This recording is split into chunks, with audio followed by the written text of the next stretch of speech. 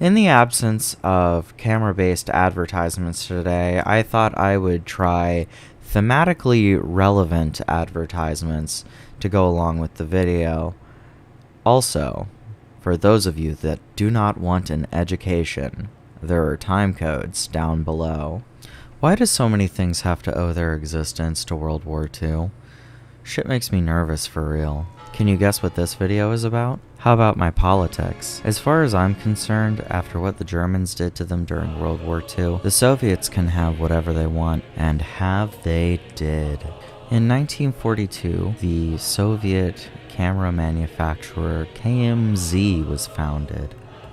KMZ, short for Krasnogorsky Mechanichny Zavod, or in English, the Mechanical Factory of Krasnogorsk, was started in Krasnogorsk, a suburb that had been evacuated because of the war. The company occupied the abandoned optical mechanical plant number 69, and they produced optical equipment for the Soviet military. In 1945, while the Americans were occupying the main Carl Zeiss Jena factory and preparing to make good with their enemies via Operation Paperclip, the Soviets were liberating a camp nearby that had been founded by... Okay, look. I am not the best person to talk about this subject, and this is exactly why I get nervous talking about World War II. But for those of you that are curious, there is a link in the description to an article by Yossi Mendelovich that covers this subject quite well. Where was I? Following the war, KMZ was one of several Soviet optical companies that had started during the war to begin deciphering, decrypting, and deconstructing the Zeiss optical formulas in order to develop optical formulas of their own based on their constructions. Specifically in this instance, they developed the Industar type lens based on a series of optical formulas. For the lens we're going to be looking at today, the Industar 50-2 50mm f3.5, it's based off of the Tesar Zeiss formula. And as with many things manufactured in the Soviet Union, once they had the entire thing understood, they just produced it en masse to the point where even the most complicated audio, video, and photography gear could be commonly found. Though I have to wonder what this commonality has done now in the aftermarket.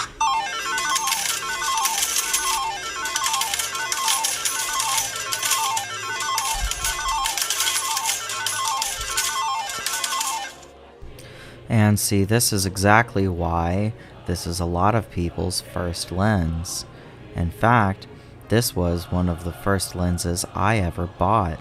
It's so common, it's so cheap, it's so easy to get your hands on, and it's so good for the price. It's almost a no-brainer when it comes to buying your first lens or one of your first lenses.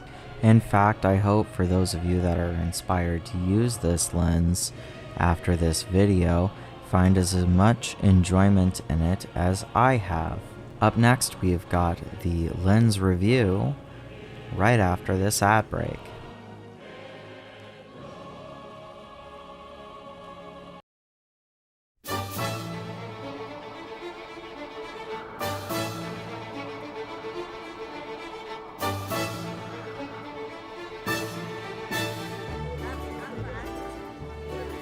Это Горбачев. Горбачев? Это из-за него у нас в экономике бардак. Да благодаря ему у нас новые возможности. Это из-за него у нас политическая нестабильность. Да благодаря ему у нас свобода.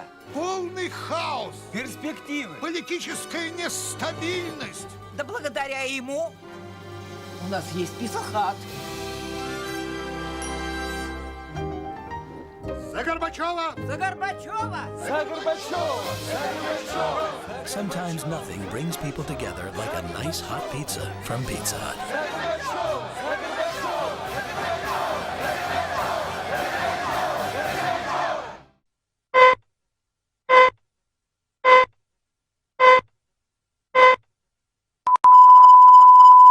Hello! As you can tell, I'm feeling safe and comfortable in the oversized hoodie today. And do I have a treat for you? Today we'll be talking about the Industar 52 50mm f3.5 lens.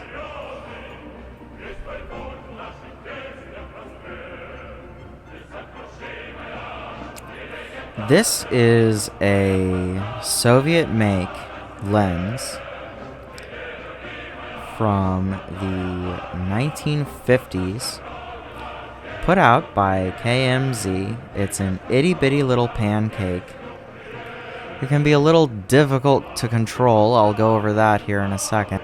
It's an itty-bitty little pancake, and the helicoid expands out quite far. Now the thing about this lens is because the aperture control on here is so small, you basically just set it to the aperture you need for the day, such as if you're outside you just set it for sunny 16, and then you never ever touch it again, and you just shoot like that all day. I mean, that's the idea. That's not really what you're going to do, but that's the idea. It's an M42 mount lens, and as you can see here, the helicoid expands out backwards through the back of the lens. This is a feature on some other M42 mount lenses that I have, such as the Zeiss Jenna Biotar 58mm f2.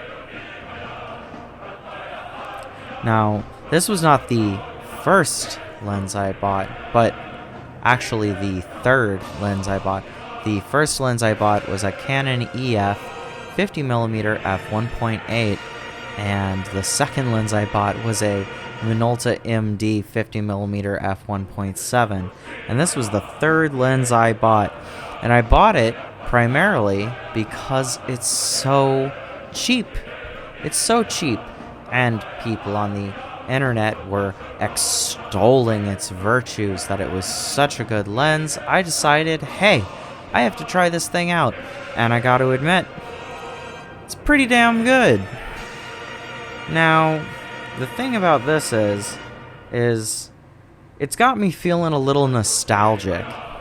I haven't shot this lens since 2018. That's forever ago. And you know, it took me way back. It took me back home to Cincinnati, baby. You know what I'm talking about? You know what I'm talking about. Well, I'd say it's time to go on an adventure. Let's take her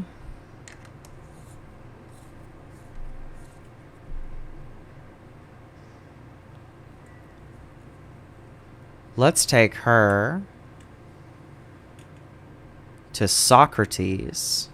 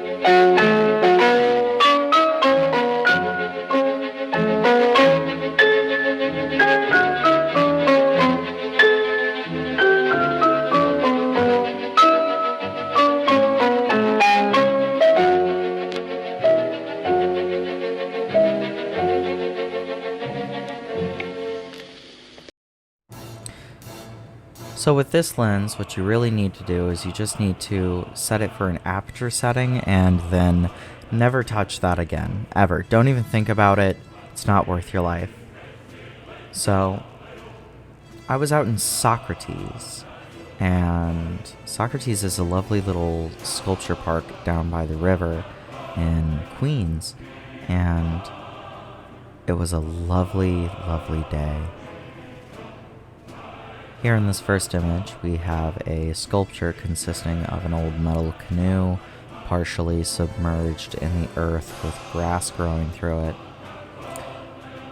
To note here is the vibrancy of the greens, and it's a very solid image. There's little to no optical imperfections. I would just say that the depth of field is really good. Like, I would recommend this lens as people's first lens every single time, just because it's so solid. In this next image, we have a view of a massive hanging garden sculpture, and it really makes it look like we're in a tropical zone instead of here in New York City. Again, the sharpness is impeccable. I have very little to complain about with this image. The coloration is great, the greens are lush and vibrant, the blues are sharp and contrasted, the reds pop out wherever you see them. Very nice. In this next image, we have the countertop of a bar that was nearby. After getting off of the train, my wife and I decided to stop in for a rum and coke, and they had this little VCR television and a collection of VHS tapes playing. So I decided to snap a few pics. And in this, you can see some issues with the depth of field. The stack of tapes that is closer to the viewer is just slightly out of focus, but the stack of tapes that is further away from the viewer is much more in focus, as well as with the TV. All in all, though, this is a great image for seeing the accuracy of the colors. Against my eye, and seeing this in person, I can say that these colors are all accurate. Although, if you prefer, you can pick up a copy of The Nutty Professor on VHS to compare those whites, blues, and reds. Now in this next image, we have a perfect example of some of the problems that this lens is given unto. We have a very distinct flare in the bottom right corner. And I was looking down at these flowers, but towards the sun in this image. And this lens really is given over unto flaring, but it's not really obvious in any of the other images taken that day.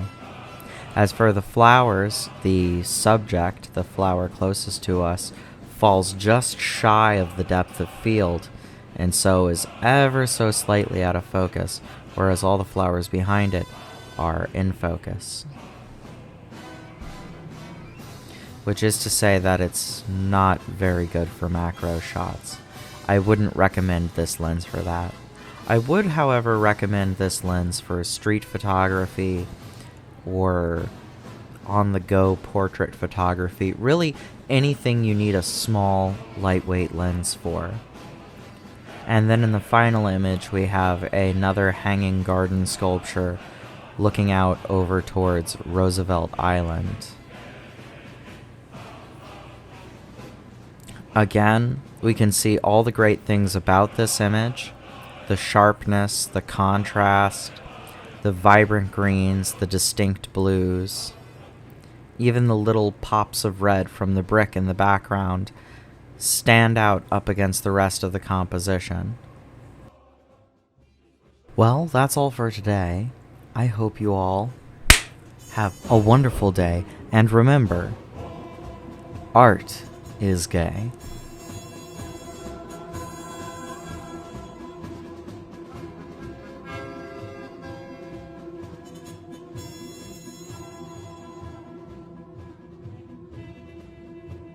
Call me Quentin Tarantino the way I photograph these feet.